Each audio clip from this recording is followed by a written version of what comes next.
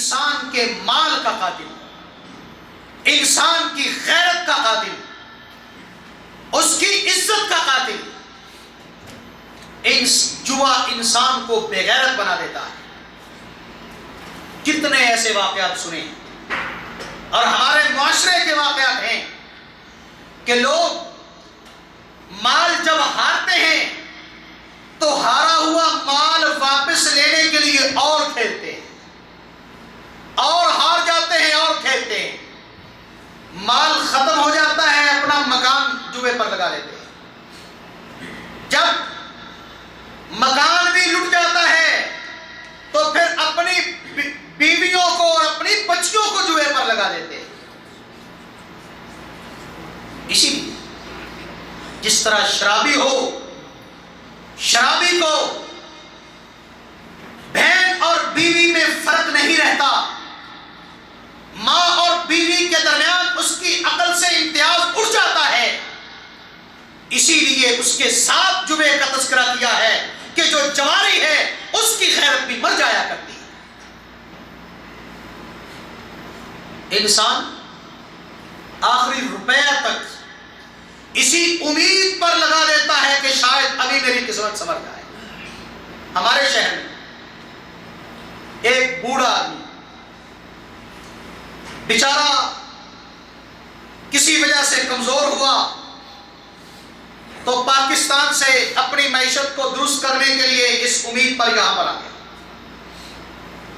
یہاں پر بھی تنخواہ تھوڑی تھی، وہ رسالہ چھپتا تھا، اردو نیوز، اردو میگزین، تو اس میں ایک سکیم چلتی تھی۔ اب وہ بیچارہ عام سا سادہ سا آدمی،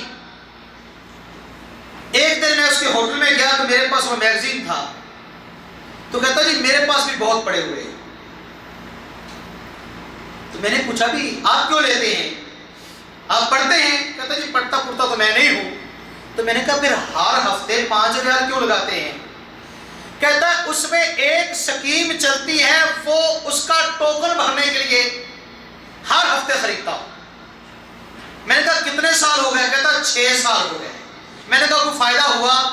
کہتا آج تک میرا نمبر تو نہیں نکلا۔ فائدہ ہے، فائدہ ہوتا ہے، لیکن کن کو؟ لوٹنے والے، غریبوں کو کبھی فائدہ نہیں۔ اسلام نے